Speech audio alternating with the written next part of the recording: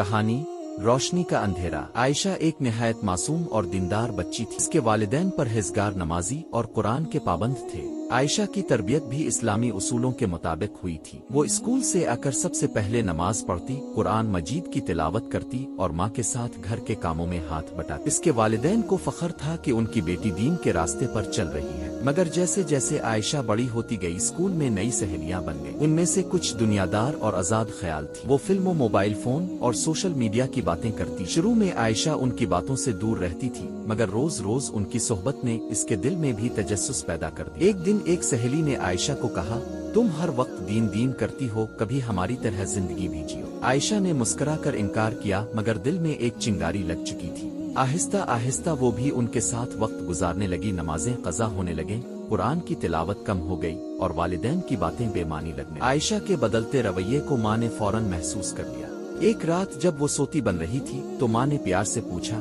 बेटा कुछ दिनों से तुम बहुत बदल गई हो, कोई परेशानी है?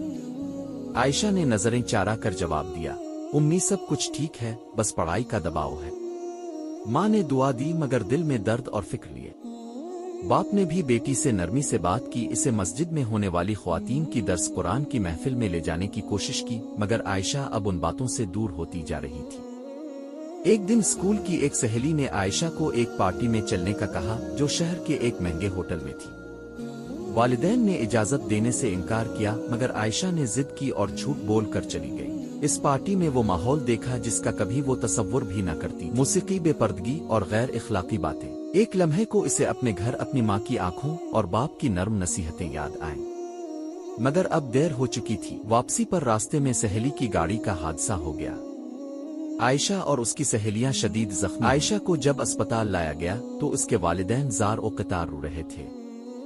इसकी माँ ने हाथ उठाकर दुआ की, आ अल्लाह मेरी बेटी को हिदायत दे, इसे सलामत रख। चंद दिन बाद आयशा को होश आया। इसने अपनी माँ के आंसू, बाप का टूटा हुआ दिल और अपने अमाल को याद करके चीख मारी।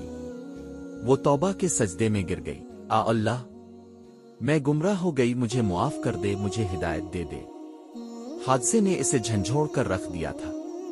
वो दोबारा वही आयशा बन गई, बल्कि पहले से ज्यादा नेक, संजीदा और दीन से मोहब्बत रखने वाली। इसने सहेलियों से फासला कर लिया, सोशल मीडिया छोड़ दिया और मस्जिद में दर्स देने लगी। लोग कहते थे, ये वही आयशा है। माँ बाप की दुआएं, हादसे का सबक और दिल से की गई तौबा ने इसे बचाया। ये कहानी हमें याद दिलाती है कि सोहबत, वक्त और शैतान की चालों से इंसान कैसे बदल जाता है, मगर सच्ची तौबा और वालिदैन की दुआएं इंसान को फिर रोशनी की तरफ लुटा सकती है।